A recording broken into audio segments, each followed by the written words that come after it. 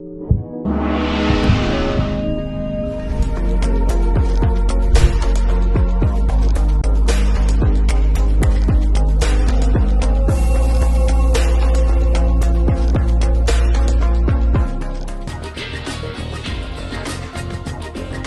9e forum sur la coopération Chine-Afrique, FOCAC 2024, a vécu à Benjin en Chine du 2 au 6 septembre 2024.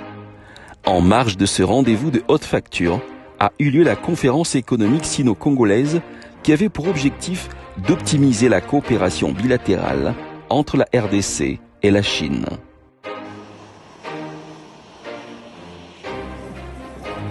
Parmi les hôtes de marque à ce sommet, le président de la République démocratique du Congo, Félix-Antoine Tshisekedi Tshilombo. À la tête d'une forte délégation ministérielle, le chef de l'État congolais a reçu tous les honneurs dus à son rang.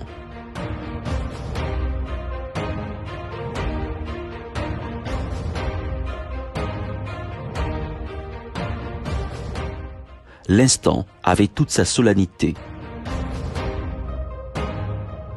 En effet, il a été le premier président à avoir un tête-à-tête, lui et sa délégation, avec son homologue chinois Xi Jinping. Une marque d'estime et d'honneur qui traduit de manière éloquente l'excellence des relations de coopération bilatérale qui existent entre la Chine et la RDC.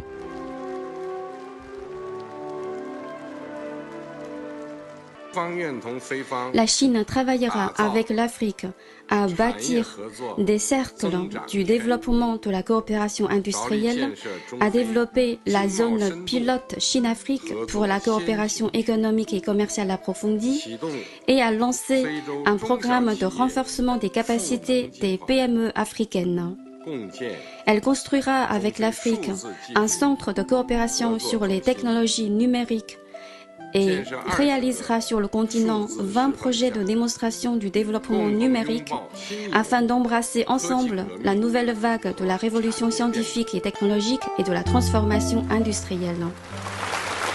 En marge de ce sommet, un forum économique Chine-RDC a été organisé sur les opportunités d'investissement qu'offrent les deux pays en termes d'échanges.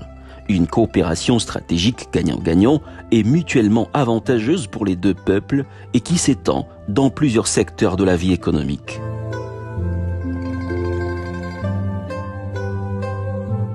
Ministres de différents secteurs de la vie nationale, directeurs d'entreprises et autres mandataires de l'État ont tour à tour présenté les différentes opportunités d'affaires ainsi que les facilités qu'offrent leurs pays respectifs.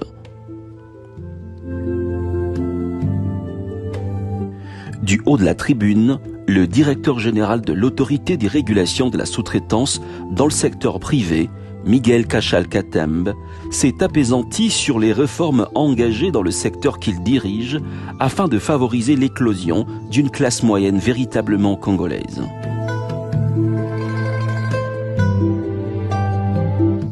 Je vais pouvoir être précis là-dessus pour dire que sur les activités principales, les partenaires chinois détiennent et peuvent détenir 100% de part sociale. Parce que la sous-traitance, c'est une activité secondaire qui accompagne l'activité ou la réalisation d'une activité principale. Et quand nous parlons par exemple des grands groupes, Simon qui était ici, Zijin, ce sont des grands groupes, et sur les activités principales, ils détiennent 100%. Dans des faits, ou dans Comus, par exemple, dans Huawei, les partenaires chinois détiennent 100%. Mais c'est sur les activités secondaires qui accompagnent la réalisation des activités principales. C'est là que l'État congolais voulait faire participer aussi les nationaux à cette chaîne de valeur pour pouvoir la développer.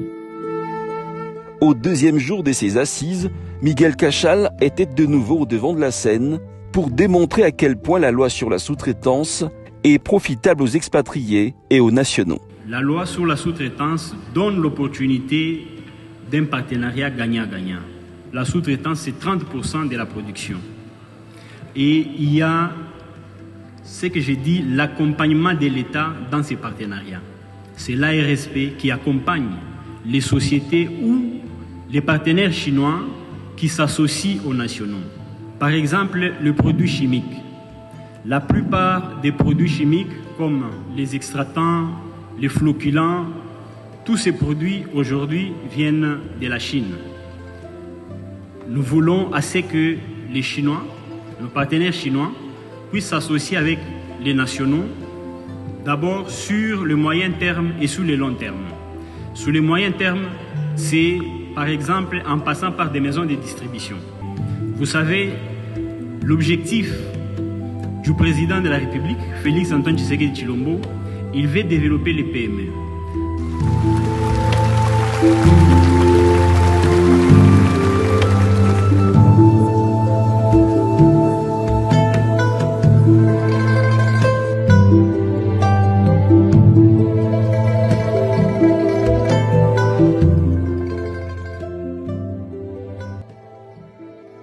En plein cœur de Beijing, Miguel Cachal a échangé avec le CEO du grand groupe CIMOC, actionnaire au sein des sociétés TFM et KFM, qui disposent des actions qui pèsent à hauteur de 20 milliards de dollars américains à travers le monde. C'est au 60e niveau de cet immeuble qui surplombe la capitale de Chine que le directeur général de l'ARSP a été reçu par le patron des CIMOC en toute convivialité.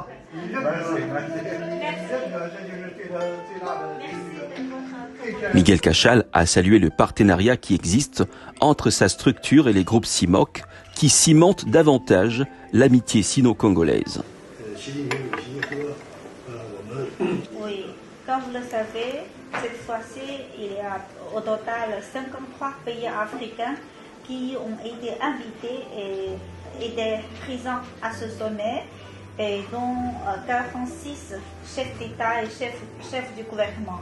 Mais notre président Félix Tshisekedi était le premier chef d'État africain qui a été reçu par notre président Xi Jinping. Ça montre aussi une attention et un accent particulier vis-à-vis au président Tshisekedi.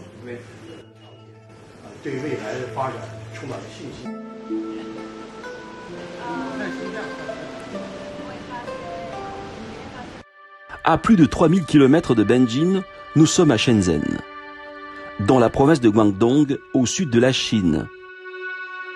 Il a fallu près de 8 heures de TGV pour que l'équipe Cachal arrive dans cette ville, siège du groupe Huawei, réputé dans la haute technologie à travers le monde.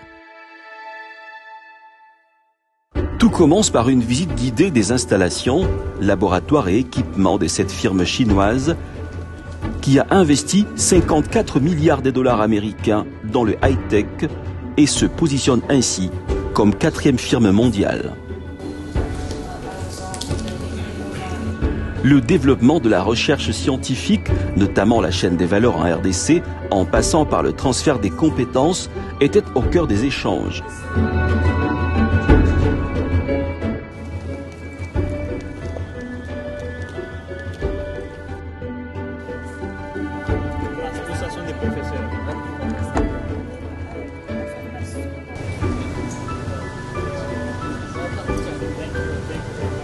À cette rencontre, la deuxième personnalité des Huawei International a souligné l'estime considération du président chinois à l'endroit de son homologue congolais.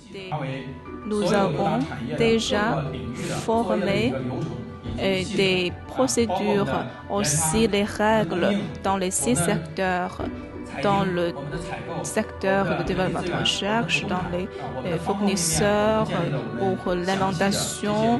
Dans tous les secteurs, on a une procédure fixe et réglée. Nous espérons la continuité de cette collaboration. Nous avons tenu des réunions avec certaines entreprises chinoises dans les secteurs miniers, dans les secteurs des infrastructures. Et aujourd'hui, nous sommes la direction mondiale Huawei, qui est dans les secteurs de la technologie et de la recherche scientifique. Aujourd'hui, le monde se développe grâce à la technologie. La République démocratique du Congo, notre pays, est beaucoup plus connue dans ses potentiels de ressources naturelles, précisément dans les mines. Déjà, je félicite Huawei RDC, tout son management, parce qu'ici, il y a déjà des actions concrètes qui existent entre Huawei RDC et les entrepreneurs congolais. Comme il y a un adage qui dit, on ne se partage que la richesse, on ne se partage jamais la pauvreté. Pour immortaliser cette visite de travail en Chine, le DG de la RSP a posé avec les responsables de Huawei une manière de consolider davantage les partenariats qui lient les deux parties dans le domaine de la sous-traitance. Il y a lieu de constater avec satisfecit que les échos de la promotion ou mieux de la valorisation des activités de la sous-traitance impulsées à ce jour en RDC par le président Tshisekedi a déjà traversé les frontières nationales. Le patron de l'autorité des régulations de la sous-traitance dans le secteur privé a pu en prélever la température. Il ressort donc de son séjour chinois qu'avec les relations win-win, solides et soutenues, la chaîne de valeur sera captée davantage, et cela au profit des entrepreneurs congolais. ARSP, bras armé de l'État pour la création et le développement de la vraie classe moyenne